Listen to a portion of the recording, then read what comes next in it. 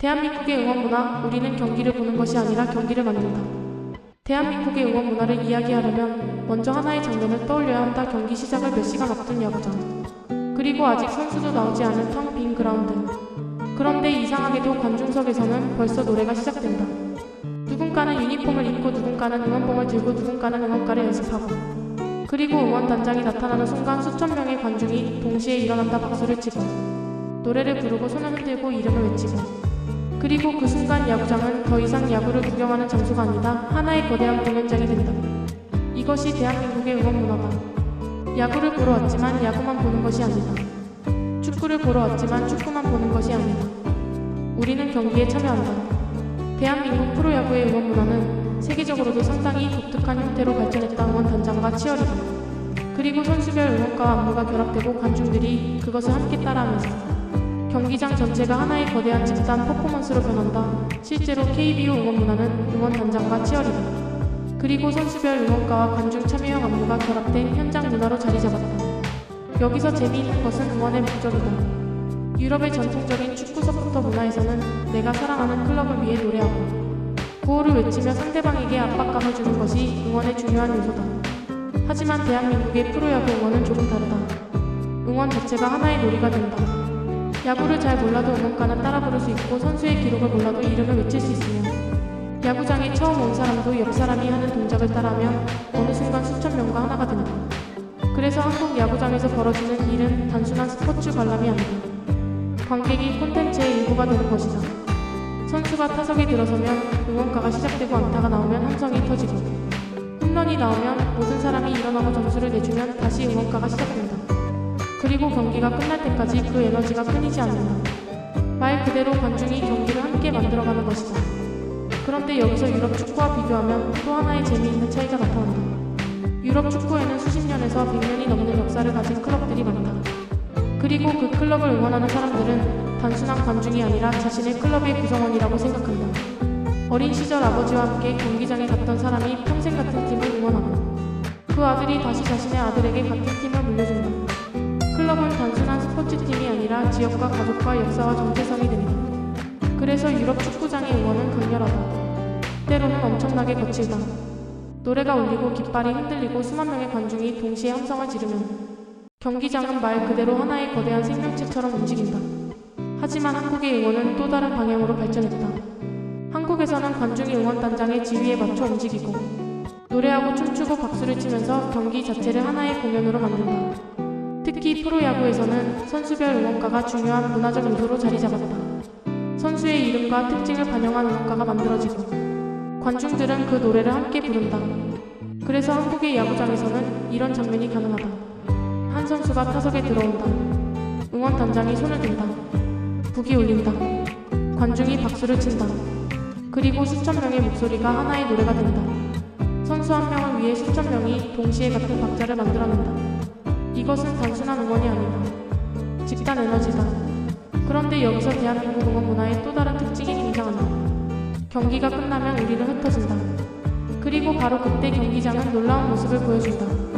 경기 전에는 사람들이 들어오고 경기 중에는 사람들이 소리를 지르고 경기 후에는 사람들이 빠져나간다. 그런데 관중이 떠난 뒤에 경기장을 보면 누군가는 자신이 앉았던 자리를 정리하고 누군가는 쓰레기를 들고 나가고 누군가는 주변의 쓰레기까지 함께 치운다. 물론 대한민국의 모든 관중이 언제나 그렇게 행동한다는 이야기는 아니다. 한국의 경기장에도 쓰레기가 남고 청소 인력이 필요하다. 그러나 중요한 것은 내가 만든 공간은 내가 정리한다는 인식이 점점 강해지고 있다는 것이다. 그리고 이 부분에서 대한민국의 응원 문화는 유럽 축구와 흥미로운 대비를 만들어낸다. 유럽 축구는 경기장의 열기가 엄청나다. 그러나 경기 종료 후 관중석을 정리하는 문제는 경기장과 리그와 국가와 팬덤에 따라 상당히 다르다. 특히 유럽의 일부 서포터 문화에서는 경기장에 남은 깃발과 응원, 도구와 종이와 음료 용기 등이 청소 대상이 되기도 한다. 왜냐하면 유럽의 축구 서포터는 자신들의 응원을 하나의 강렬한 표현으로 생각하기 때문이다. 노래하고, 깃발을 흔들고, 점프하고, 때로는 종이를 날리고, 경기장 전체를 자신들의 공간처럼 사용한다. 그들에게 경기장은 깨끗한 공연장이 아니라 살아있는 전쟁터에 가까운 것이다. 반면 한국의 응원 문화는 조금 다르게 진화했다. 우리는 경기 중에는 미친 듯이 응원하지만 경기가 끝나면 다시 일상으로 돌아온다. 그리고 그 일상으로 돌아가는 마지막 행동 가운데 하나가 바로 정리다. 이것은 굉장히 한국적인 특징이다. 열광과 질서를 동시에 추구하는 것이다. 소리를 지를 때는 누구보다 크게 지르고, 춤을 출 때는 누구보다 신나게 춤추고, 경기에 몰입할 때는 누구보다 뜨겁게 몰입하지만 경기가 끝나는 순간에는 다시 주변을 바라본다. 그리고 내가 앉았던 자리와 내가 사용했던 공간을 생각한다. 이런 문화가 국제적으로 주목받은 사례가 바로 일본 축구팬의 경기 후 청소 문화다. 2026년 북중미 월드컵에서도 일본 팬들이 경기가 끝난 뒤 파란 비닐봉투에 쓰레기를 담아 관중석을 정리하는 모습이 다시 화제가 됐다. 그런데 2026년에는 흥미로운 이야기가 하나 더 등장했다. 일본 프로축구 서포터 문화의 형성에 영향을 준 인물이 1985년 한일전에서 한국 관중이 쓰레기를 줍는 모습을 보고 충격을 받았다는 증언이다. 당시 한국은 일본을 이겼다. 그리고 경기가 끝난 뒤 패배한 일본 관중이 바라본 관중석에는 쓰레기가 남아있었는데 한국 관중이 그것을 줍고 있었다는 것이다. 그 장면을 본 일본의 축구 관계자는 강한 인상을 받았고 이후 제1리그 서포터 문화의 경기 후 청소를 접목했다고 증언했다. 물론 이것이 일본의 모든 청소 문화를 한국에서 시작됐다고 단정하는 것은 아니다. 하지만 적어도 하나의 상징적인 이야기는 된다. 1985년 한일전 경기에서는 한국이 이겼고 응원에서도 한국 관중의 모습이 일본인에게 강한 인상을 남겼으며 그리고 수십 년이 지난 지금 일본 팬들의 경기 후 청소는 세계적인 문화 현상이 되었다. 그런데 여기서 우리가 자랑스럽게 생각할 수 있는 것은 단순히 누가 원조냐가 아니다. 더 중요한 것은 한국 관중에게 이미 그런 행동이 자연스럽게 나타났다는 사실이다. 우리는 언제부터인가 경기장에서도 질서를 중요하게 생각하기 시작했다. 그리고 이것은 스포츠에만 국한된 현상이 아니다. 대한민국이라는 나라는 엄청나게 빠르게 성장했다. 산업화가 진행됐고, 도시가 만들어졌고, 아파트가 올라갔고, 지하철이 만들어졌고, 고속도로가 뚫렸고, 사람들이 엄청난 속도로 도시로 모였다. 그리고 그 과정에서 우리는 수많은 사람이 함께 사용하는 공간을 관리하는 법을 배웠다. 공공장소에서는 줄을 서고, 지하철에서는 질서를 지키고, 경기장에서는 응원하고, 끝나면 다시 정리한다. 이것이 대한민국의 응원 문화가 만들어낸 독특한 모습이다. 우리는 열광과 질서를 동시에 가지고 있다. 그리고 이것은 대한민국이라는 나라의 성격과도 닮아있다. 빠르다, 뜨겁다, 집단적이다. 하지만 마지막에는 정리한다. 그런데 여기서 한국 프로야구와 유럽 축구의 차이를 다시 한번 생각해보자. 유럽 축구의 응원은 클럽의 역사에서 나온다. 한국 프로야구의 응원은 대중문화와 결합했다. 유럽의 서포터는 자신이 클럽의 일부라고 생각한다. 한국의 관중은 자신이 경기의 일부라고 생각한다. 유럽에서는 100년 동안 이어진 구단의 역사와 지역 정체성이 응원을 만든다면 한국에서는 음악과 춤과 응원가와 치어리더와 관중이 함께 새로운 응원 문화를 만들어낸다. 그래서 한국 야구장에서는 야구를 보러 왔다가 응원에 빠지는 사람이 생긴다. 야구를 잘 몰라도 된다. 선수의 타율을 몰라도 된다. 규칙을 정확히 몰라도 된다. 옆 사람이 박수를 치면 같이 박수를 치고 옆 사람이 노래를 부르면 같이 노래를 부르고 홈런이 나오면 같이 일어나면 된다. 그리고 어느 순간 나도 이 팀의 일부가 되어 있다. 이것이 한국 응원 문화의 힘이다. 그리고 이 문화는 이제 야구장에서 끝나지 않는다. 축구장에서도, 농구장에서도, 배구장에서도, 국가대표 경기에서도, 그리고 월드컵 거리 응원에서도 대한민국의 응원 문화는 계속 진화했다. 2002년 한일 월드컵은 그 정점을 보여준 사건이었다. 수백만 명의 사람들이 거리로 나왔다. 붉은색 옷을 입고 태극기를 들고 대한민국을 외쳤다. 그리고 경기장 밖에 모인 사람들은 단순한 관중이 아니었다. 그들은 하나의 거대한 응원단이었다. 대한민국이라는 이름 하나만으로 서로 모르는 사람들이 하나가 됐다. 이것은 유럽 축구의 클럽 응원과도 다르고 미국식 스포츠 엔터테인먼트와도 다르다.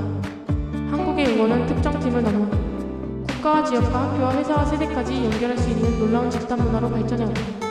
그리고 바로 이 지점에서 대한민국 응원 문화의 진짜 힘이 나타난다. 우리는 혼자서 즐기는 문화보다 함께 즐기는 문화를 굉장히 빠르게 만들어낸다. 혼자 노래하는 것이 아니라 같이 노래한다. 혼자 박수치는 것이 아니라 수천 명이 동시에 박수를 친다. 혼자 춤추는 것이 아니라 관중석 전체가 같은 동작을 한다. 혼자 기뻐하는 것이 아니라 옆 사람과 부둥켜 안고 기뻐한다. 그리고 경기가 끝나면 다시 각자의 일상으로 돌아간다. 하지만 그 공간은 정리한다. 이것이 대한민국 응원 문화다. 즐겁게 놀고 함께 소리치고 하나가 되어 응원하고 그리고 마지막에는 자신이 머물렀던 자리를 돌아본다. 그래서 대한민국의 응원 문화를 한 문장으로 표현한다면 이렇게 말할 수 있다. 우리는 경기를 보는 것이 아니다. 우리는 경기를 함께 만든다. 그리고 경기가 끝나면 우리가 만든 그 공간을 다시 깨끗하게 돌려놓는다. 유럽 축구가 수십 년, 100년의 역사 속에서 클럽과 지역과 팬의 정체성을 만들어왔거니 대한민국은 불과 수십 년이라는 짧은 시간 동안 전혀 다른 방식의 응원 문화를 만들어냈다. 그리고 그 문화는 지금도 진화하고 있다. 더 크고, 더 빠르고, 더 화려하고, 더 재미있게. 그러면서도 마지막에는 내가 앉았던 자리를 돌아본다. 대한민국의 응원 문화는 어쩌면 대한민국의 성장과 너무나 닮아있다. 누구보다 빠르게 달리고 누구보다 뜨겁게 경쟁하고 누구보다 크게 환호하지만 마지막 순간에는 주변을 돌아본다. 그리고 다시 정리한다. 그러니 대한민국의 응원 문화를 단순히 시끄러운 응원이라고 생각한다면 우리는 중요한 것을 놓치는 것이다. 그 안에는 함께하는 문화가 있고 소속감이 있고 놀이가 있고 경쟁이 있고 그리고 공동체 의식이 있다. 야구장에 들어갈 때는 수천 명의 타인이었지만 응원이 시작되는 순간 우리는 한 팀이 된다. 그리고 경기가 끝나면 다시 각자의 삶으로 돌아간다. 하지만 우리가 함께했던 그 공간은 다음 사람이 다시 즐길 수 있도록 남겨놓는다. 이것이 대한민국의 응원이다.